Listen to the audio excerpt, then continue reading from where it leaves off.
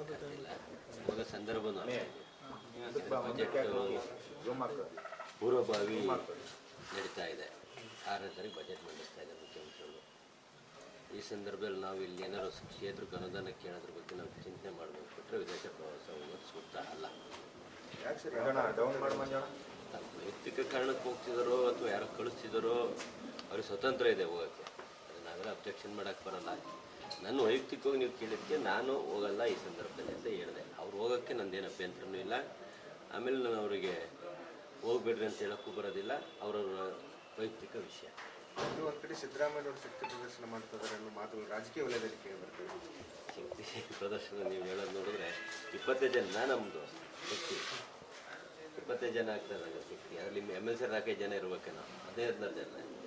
ಅದು ಯಾವುದು ಶಕ್ತಿ ಪ್ರದರ್ಶನ ಅಲ್ಲ.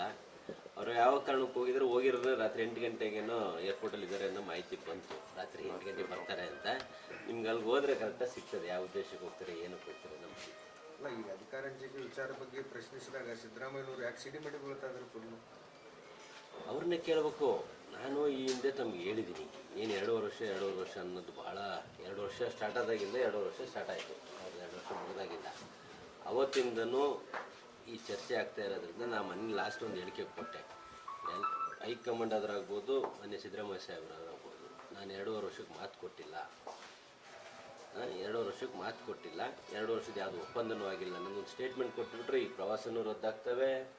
ಈ ಮುಖ್ಯಮಂತ್ರಿ ವಿಷಯ ನೀವು ಬಂದಾಗಲೆಲ್ಲ ಕೇಳೋದು ತಪ್ಪಿದೆ. ನಾವು ನೀವು ಮಾಧ್ಯಮದಲ್ಲಿ ಉತ್ತರ ಕೊಡೋದು ತಪ್ಪಿದೆ. ಯಾರೊಬ್ಬರು ಉತ್ತರ ಹೇಳ್ಬಿಟ್ರೆ ದೇಶಪಾಂಡೆಯವ್ರು ಚೆನ್ನಾಗಿ ಹೇಳಿದ್ರು ಬಗೆಹರಿಸಬೇಕು ಹೈಕಮಾಂಡ್ ಬಗೆಹರಿಸಿದ್ರೆ ಉತ್ತಮ. ಏನು ಸಿದ್ದರಾಮಯ್ಯನವ್ರೇನೋ ಪ್ರಮಾಣ ಮಾಡಿದಾರೆ ಅನ್ಸ ಯಾರ ಮೇಲೋ ಏನಂತ ಮಾಡಿದಾರೆ ಅಂತ ಏನಾದ್ರು ಗೊತ್ತಾ ಸರ್?